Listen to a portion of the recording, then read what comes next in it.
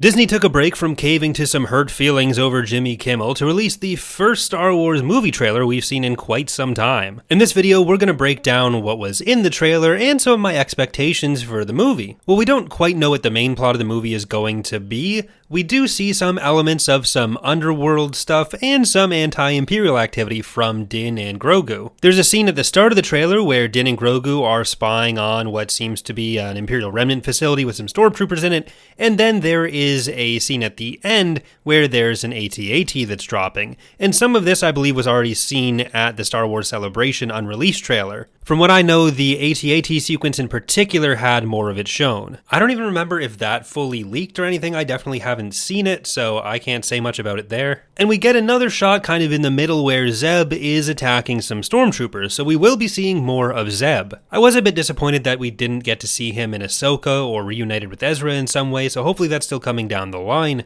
But we also got several shots of some Underworld activity. There are elements with an underground fighting ring, and there's also these droids that are guarding some kind of door. That door has the Disilogic symbol on it, the symbol of Jabba's clan, which would fit with the idea that Rhoda the Hutt might turn up in this movie. We do also see another Hutt that is incredibly jacked in a fighting pit. Din is then shown in the same fighting pit, taking on a Mentelian Savrip, one of the creatures from the Dejarik board in Episode 4. One thing that I do think is cool here, something that I try to talk about with every project if I can, is that there is a lot of different creatures and aliens that we've seen so far. I like when Star Wars shows and movies have a lot of aliens going on, especially prominent aliens that are main characters, so I'm hoping Zeb can fill that role here. And of course there is Grogu, so that is that box also kind of ticked, although for whatever reason I don't really count him. Beyond some big reactions to Zeb and the Mentelian Savrip, there's been some big reactions to the return of the Amani species. This is a species that originated in Jabba's palace as kind of a background thing.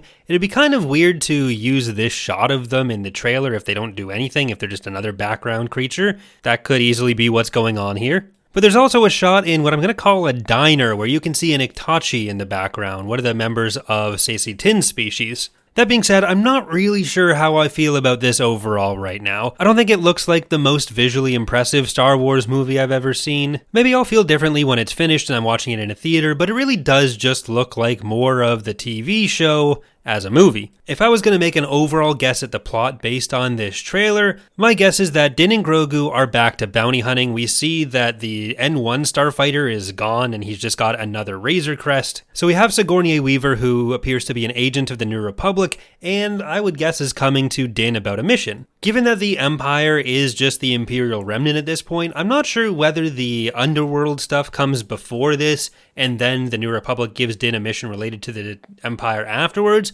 or if the Underworld stuff is part of a connection to something the Empire is doing, and that is why the New Republic approaches Din as the person to do this job. So my theory would be that the New Republic knows there's some sort of connection between the Empire and these Underworld goings-on.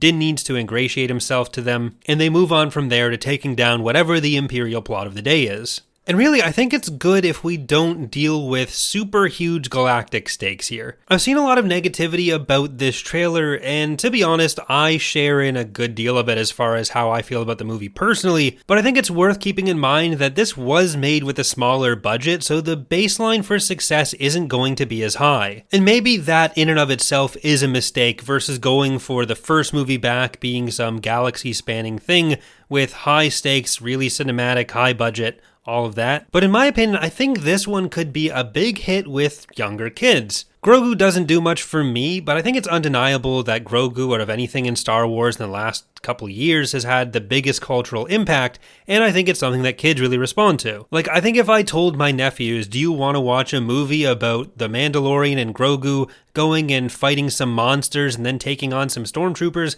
they would be super on board for that, even if it's not the most visually impressive thing they'd ever seen. I do hope that the Rey movie or the Starfighter movie can kind of open up the new era of Star Wars storytelling after the sequel trilogy, and maybe have a higher budget and reflect that kind of hope that it can be a real blockbuster. But I don't know if The Mandalorian and Grogu or even Dave Filoni's movie were even intended to be that for the franchise, or that they need to be that for the franchise.